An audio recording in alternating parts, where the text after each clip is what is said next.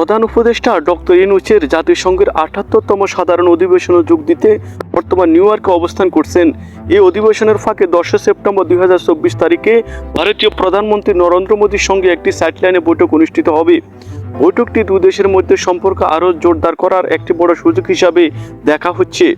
বৈঠকে যে সকল বিষয়গুলো গুরুত্ব পাবে বলে আশা করা হচ্ছে, প্রথমত উভয় দেশে তাদের অর্থনৈতিক সম্পর্ক আরও দৃঢ় করতে আগ্রহী, বিশেষত প্রযুক্তি খাত এবং টেক্সটাইল শিল্পে নতুন বিনিয়োগ এবং সহযোগিতার সম্ভাবনা নিয়ে আলোচনা হতে পারে।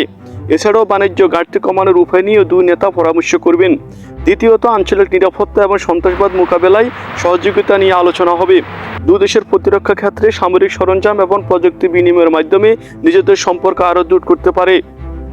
তৃতীয়ত জলবায়ু পরিবর্তন মোকাবেলায় দুই দেশের কৌশল নবায়নযোগ্য শক্তির ব্যবহার এবং কার্বন নিঃসরণ হ্রাসে উভয় দেশের ভূমিকা নিয়ে আলোচনা হবে। জলবায়ু ইস্যুতে একসঙ্গে কাজ করার প্রতিশ্রুতি উভয় দেশের পক্ষ থেকে আসতে পারে। চতুর্থত দক্ষিণ এশিয়া এবং ইন্দো প্যাসিফিক অঞ্চলের নিরাপত্তা ও রাজনৈতিক স্থিতিশীলতা নিয়েও আলোচনা হতে পারে। চীন ও পাকিস্তানকে কেন্দ্র করে নিরাপত্তা উদ্বেগগুলো আলোচনার টেবিলে আসতে পারে। পঞ্চমত প্রবাসী ও মানবিক সহায়তা, প্রবাসীদের সুরক্ষা, কল্যাণ এবং অন্যান্য মানবিক ইস্যু নিয়ে আলোচনা হবে। আন্তর্জাতিক সহযোগিতা এবং উন্নয়নমূলক কর্মকাণ্ড উভয় দেশের ভূমিকা নিয়ে মত বিনিময় হতে পারে। প্রধান উপদেষ্টার এই বৈঠকে দুই দেশের সম্পর্ক আরও দৃঢ় করার একটি গুরুত্বপূর্ণ পদক্ষেপ হিসাবে বিবেচিত হচ্ছে। বৈঠকটি অর্থনীতি, প্রতিরক্ষা এবং জলবায়ু পরিবর্তন সংক্রান্ত বিভিন্ন ইস্যুতে যৌথ সহযোগিতার একটি সম্ভাবনাময় মঞ্চ তৈরি করতে পারে।